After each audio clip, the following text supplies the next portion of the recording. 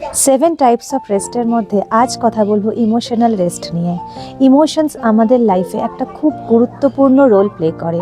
আমাদের ভালো থাকা, মন্দ থাকা, আনন্দ, দুঃখ, রাগ, উত্তেজনা সব কিছু তো এই ইমোশনস দিয়েই তৈরি হয়। আজকে 3টে উপায় বলবো যেটার মাধ্যমে আপনি ইমোশনাল রেস্ট নিতে পারেন। Number 1, journaling.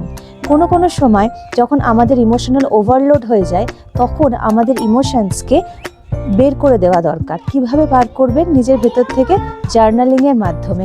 প্রত্যেক দিন কিছুটা সময় বার করুন, রাত্রে ঘুমের আগে একটা ডায়েরি আর পেন নিন এবং নিজের সারা দিনের ভালো লাগা, খারাপ লাগা যা কিছু আপনি কারোর সাথে শেয়ার করতে পারেননি সেগুলো জার্নালিংয়ের মাধ্যমে অর্থাৎ ডায়েরিতে লিখুন এবং ঘুমানোর আগে নিজেকে ভেতর থেকে একদম ইমোশনালি ব্ল্যাঙ্ক করে দিন। কোনো রকম নেগেটিভ ইমোশনস নিয়ে বা কোনো রকম ওভারলোড ইমোশনস নিয়ে ঘুমাবেন না।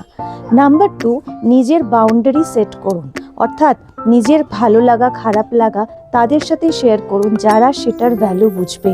এমন কারোর সাথে কোনো কথা শেয়ার করবেন না যেটা পরবর্তীকালে আপনাকেই আঘাত দিতে পারে।